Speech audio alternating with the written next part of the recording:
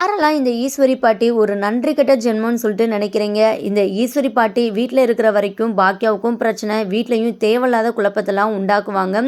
கூடிய சீக்கிரமே இந்த ஈஸ்வரி பாட்டி வீட்டை விட்டு வெளியே போனால் தான் பாக்கியாவுக்கு கொஞ்சம் நிம்மதியாக இருக்கும் அப்படின்னு சொல்லிட்டு நீங்களும் நினச்சிங்கன்னா மறக்காம இந்த வீடியோவுக்கு ஒரு லைக்கை தட்டி விட்டுருங்க. பாக்கியா எப்படியாவது கஷ்டப்பட்டு முன்னேறணும் அப்படின்னு சொல்லிட்டு ரொம்பவே ஹார்ட் ஒர்க் பண்ணிட்டு இருக்கிறாங்க.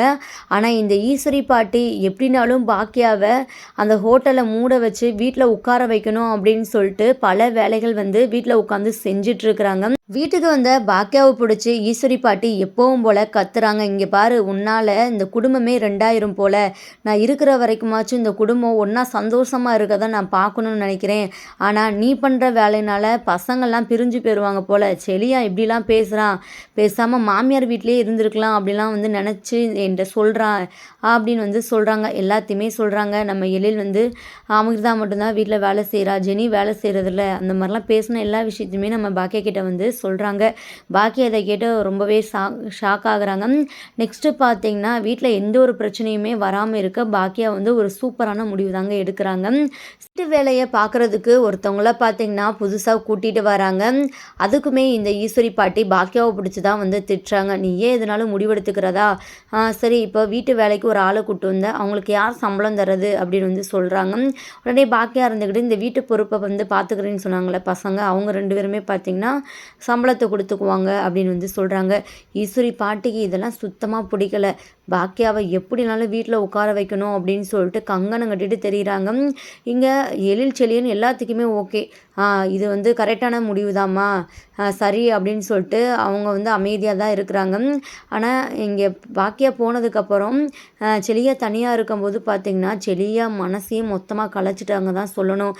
இங்கே பாரு, நீ இப்படிலாம் வந்து இருந்தேன்னா அவ்வளோதான், உன்னாலலாம் பொழைக்க முடியாது, உனக்குன்னு குழந்த வந்துருச்சு, அதுக்குன்னு நீ தனியாக பணம் சேர்த்து வைக்கணும், சரியா? வீட்டு வேலை செய்கிறவங்களுக்கு நீ மாதம் 10,000 20,000 தரணும், இல்லைன்னா அவங்க வேலையே செய்ய மாட்டாங்க.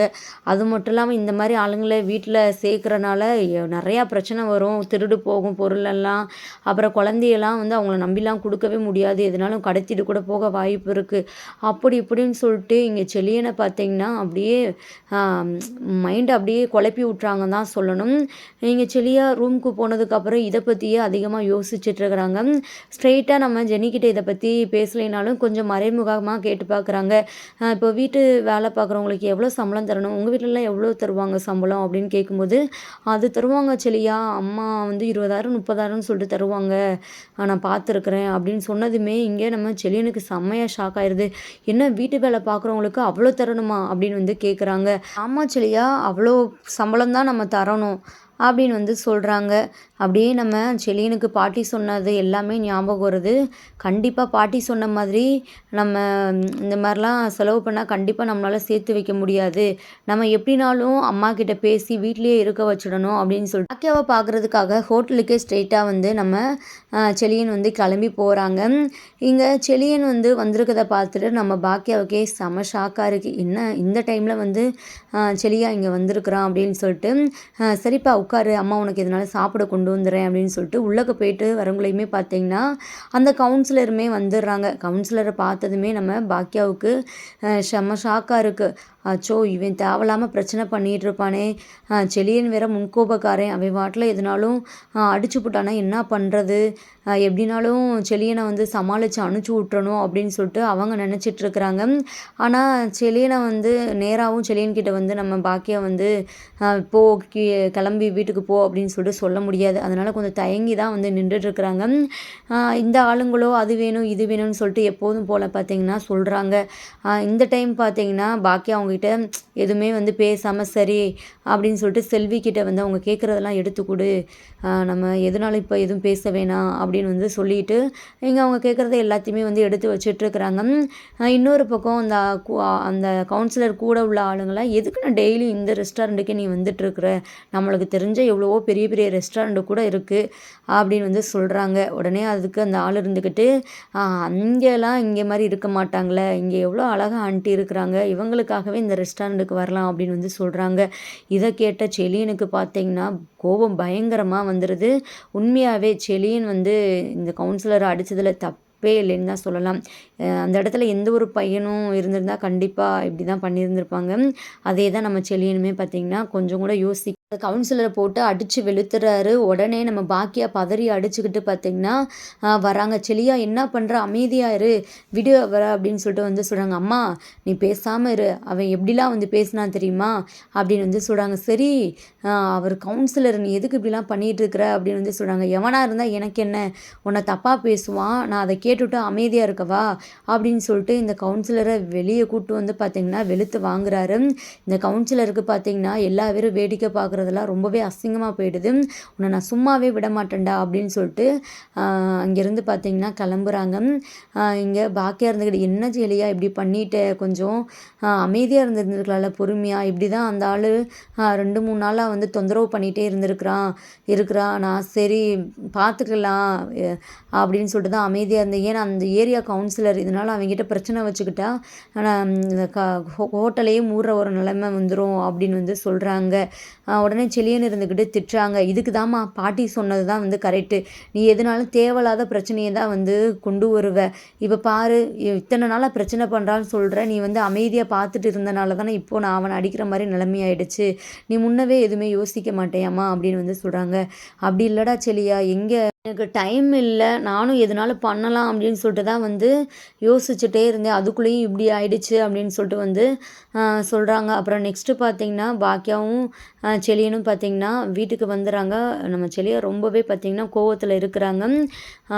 வீட்டுக்கு வந்த உடனே பார்த்திங்கன்னா பாட்டிக்கிட்ட செழியன் நடந்த எல்லா விஷயத்தையுமே சொல்கிறாங்க. என் கண்ணு முன்னாடியே அவன் அம்மாவை அப்படிலாம் பேசுகிறான் பாட்டி, நான் அடிச்சிட்டேன், அது மட்டும் இல்லாமல் அவன் ஒரு கவுன்சிலரான் அப்படின்னு வந்து சொல்கிறாங்க. இதை கேட்ட பாட்டி அப்படியே பயங்கர ஷாக் ஆகுறாங்க. என்னடா எழில், அவன் எதுனாலும் பிரச்சனை பண்ணாமல் உனக்கு அப்படின்னு வந்து சொல்லிட்டு இருக்கிறாங்க. இங்கே பாக்கியாவை பிடிச்சி தான் ஈஸ்வரி பாட்டி திட்டுறாங்க. உன்னால தான் எல்லாத்தையும் காரணம் நீ தான் பாக்கியா, எதுக்கு தான் வந்து நீ இப்படிலாம் பண்ணிட்டு இருக்கிறே தெரியல, பேசாமல் வீட்டில் அமைதியாக இரு, அந்த கடையை மூடிட்டு வீட்டு வேலையை பார்த்துட்டு அப்படின்னு வந்து சொல்கிறாங்க. அத்தை தயவு செஞ்சு நீங்கள் வந்து தேவையில்லாமல் பேசாதீங்க, எனக்கு தெரியும் என்ன பண்ணணும் அப்படின்னு சொல்லிட்டு ஈஸ்வரி பாட்டி முகத்தில் அடித்த மாதிரி அங்கே நம்ம பாக்கியா தன்னோட ரூமுக்கு போயிடுறாங்க. இந்த கவுன்சிலர் பார்த்திங்கன்னா செழியனை சும்மாவே விடக்கூடாது அப்படின்னு சொல்லிட்டு இங்கே தன்னோட பதவி பவரை வச்சு போலீஸ்க்குமே பார்த்திங்கன்னா கால் பண்ணி வந்து சொல்கிறாங்க. இந்த மாதிரி இவனை அரெஸ்ட் பண்ணணும், வெளியவே விடக்கூடாது, அவன் ஏன் மேலேயே கை வச்சுட்டா எவ்வளோ தைரியம் இருக்கணும் அப்படின்னு சொல்லிட்டு சொல்கிறாங்க. காலையில் விடிஞ்சதுமே பார்த்திங்கன்னா போலீஸ்காரங்க பாக்கியா வீட்டில் வந்து நிற்கிறாங்க. இங்கே யார் செழியன் அப்படின்னு சொல்லிட்டு வந்து கேட்குறாங்க. என்னாச்சு அப்படின்னு சொல்லிட்டு கேட்கங்குள்ளேயுமே பார்த்திங்கன்னா செழியனா திட்டுறாங்க. உனக்குலாம் அவ்வளோ திமிரா, ஒரு கவுன்சிலரே அடிச்சிருக்க கண்ணா பின்னான்னு சொல்லிட்டு அப்படின்னு சொல்லிட்டு அரெஸ்ட் பண்ண போகிறாங்க. இங்கே பாக்கியா இருந்துக்கிட்டு அவன் மேலே எந்த தப்பும் இல்லை, அவர் தான் தேவையில்லாமல் பிரச்சனை பண்ணார் அப்படின்னு சொல்லிட்டு வந்து சொல்கிறாங்க. எதுனாலும் வந்து நீங்கள் ஸ்டேஷனில் வந்து பேசுங்க அப்படின்னு சொல்லிட்டு இங்கே நம்ம செழியனை அரெஸ்ட் பண்ணிட்டு போகிறாங்க. இங்கே நம்ம ஜெனி ஒரு பக்கம் பாட்டி ஒரு பக்கம் அழுதுட்டுருக்குறாங்க. பார்க்குறதுக்கே ஒரு மாதிரி பரிதாபமாக தான் இருந்தது. இது மொத்த பிரச்சனையுமே பார்த்திங்கன்னா இப்போ நம்ம பாக்கியா தலையில் தான் விடியும். ஏன்னா சும்மானாலே பாக்கியாவை கரிச்சு கொட்டுவாங்க இந்த ஈஸ்வரி பாட்டி. பாக்கியாவை அசிங்கமாக திட்ட போய் தான் செழியன் வந்து அடித்து இப்போ தேவையில்லாத பிரச்சனைலாம் மாட்டிக்கிட்டான் அப்படின்னு சொல்லிட்டு ஈஸ்வரி பாட்டி இருந்துக்கிட்டு பாக்கியாவை பிடிச்சி செம்மையாக திட்டுறாங்க. ஜெனி கூட புரிஞ்சுக்காமல் வந்து பாக்கியாவை வந்து பேசுகிறாங்க. சரி இவங்களுக்கெல்லாம் பதில் சொல்ல முடியாது அப்படின்னு சொல்லிட்டு நம்ம பாக்கியா வந்து செழியனை எப்படினாலும் வெளியே கூட்டு வரணும் அப்படின்னு சொல்லிட்டு போலீஸ் ஸ்டேஷனுக்கே போயிட்டு வந்து பேசுகிறாங்க. ஆனாலுமே அவங்க வந்து பார்த்திங்கன்னா செழியன் மேலே தான் தப்பு சொல்கிறாங்க. அது எப்படி அடிக்கலாம், அவர் பிரச்சனை பண்ணால் நீங்கள் வந்து எங்ககிட்ட சொல்லணும், அவர் பதவியில் இருக்கிறவரை நீங்கள் எப்படி வந்து அவர் மேலே கை வைக்கலாம் அப்படின்னு சொல்லிட்டு அவருக்கு சப்போர்ட்டாகவே வந்து பேசிகிட்டு இருக்கிறாங்க. இங்கே பாக்கியானால் ஒன்றுமே பண்ண முடியலை. அந்த டைமில் தான் பார்த்தீங்கன்னா பாட்டி இருந்துக்கிட்டு, இங்கே பாரு பாக்கியா, இப்போவாச்சும் உன்னோட திமுறை விட்டுட்டு போயிட்டு சுதாகர் சம்மந்திக்கிட்ட ஹெல்ப் கேளு, கண்டிப்பாக அவர் நினச்சா செழியனை வெளியே எடுக்க முடியும் அப்படின்னு சொல்லிட்டு வந்து சொல்கிறாங்க. ஆனால் பாக்கியாவுக்கு இதில் சுத்தமாக விருப்பமே இல்லை. அவங்களுக்கு இந்த டைமில் நம்ம பழனிசாமி சார் ஞாபகம் தான் வருது. பேசாமல் அந்த சுதாகர்கிட்ட போயிட்டு நம்ம நிற்கிறதுக்கு பதிலாக நம்ம பழனிசாமி சார்கிட்டே நம்ம ஹெல்ப் கேட்டுடலாம் பாக்கியா பழனிசாமிக்கு கால் பண்ணுறாங்க. பாக்கியாவோட கால் வரவும் நம்ம பழனிசாமி ரொம்பவே சந்தோஷப்படுறாங்க. "என்ன மேடம் எப்படி இருக்கிறீங்க?" அப்படின்னு சொல்லிட்டு கேட்குங்குள்ளேயும் இங்கே நம்ம பாக்கியா ஒரு மாதிரி சேடாக பேசுகிறாங்க. "என்ன எதுவும் பிரச்சனையா?" அப்படின்னு சொல்லிட்டு கேட்கும்போது நடந்த எல்லா விஷயத்தையுமே பாக்கியா வந்து சொல்கிறாங்க. இதை கேட்ட பழனிசாமிக்கு ஷாக்காக இருக்குது. இவ்வளோ பெரிய விஷயம்லாம் நடந்திருக்கு. என்கிட்ட ஒரு வார்த்தை சொல்லியிருந்திருக்கலாம்ல, இவ்வளோ தூரத்துக்கு நான் கொண்டு வர விட்டுருந்துருக்க மாட்டேன்ல அப்படின்னு சொல்லிட்டு வந்து சொல்கிறாங்க. உடனே ஸ்டேஷனுக்கு வந்து பழனிசாமி வந்து கிளம்பி வந்துடுறாங்க. பழனிசாமி சார் ஹீரோ போல் என்ட்ரி கொடுக்குறான்னு தான் சொல்லணும். வந்ததுமே பார்த்தீங்கன்னா இங்கே போலீஸ்காரங்க கிட்ட வந்து ரூல்ஸ் பேசுகிறாரு. "நீங்கள் என்ன பண்ணி வச்சுருக்கிறீங்க, அது எப்படி ஒரு தப்பே செய்யாத ஒருத்தனை வந்து உள்ளே பிடிச்சி வச்சுருக்கிறீங்க, பதவி இருந்தால் நீங்கள் வந்து என்ன வேணால் பண்ணலாமா, அந்த கவுன்சிலருக்கு சப்போர்ட் பண்ணிட்டு இருப்பீங்களா, அவர் தான் டெய்லியும் போயிட்டு பாக்கியா மேடம் ஹோட்டலில் போயிட்டு பிரச்சனை பண்ணிகிட்டு இருந்திருக்கிறாரு ஒரு பொம்பளைங்க இருக்கிற ஹோட்டலில்.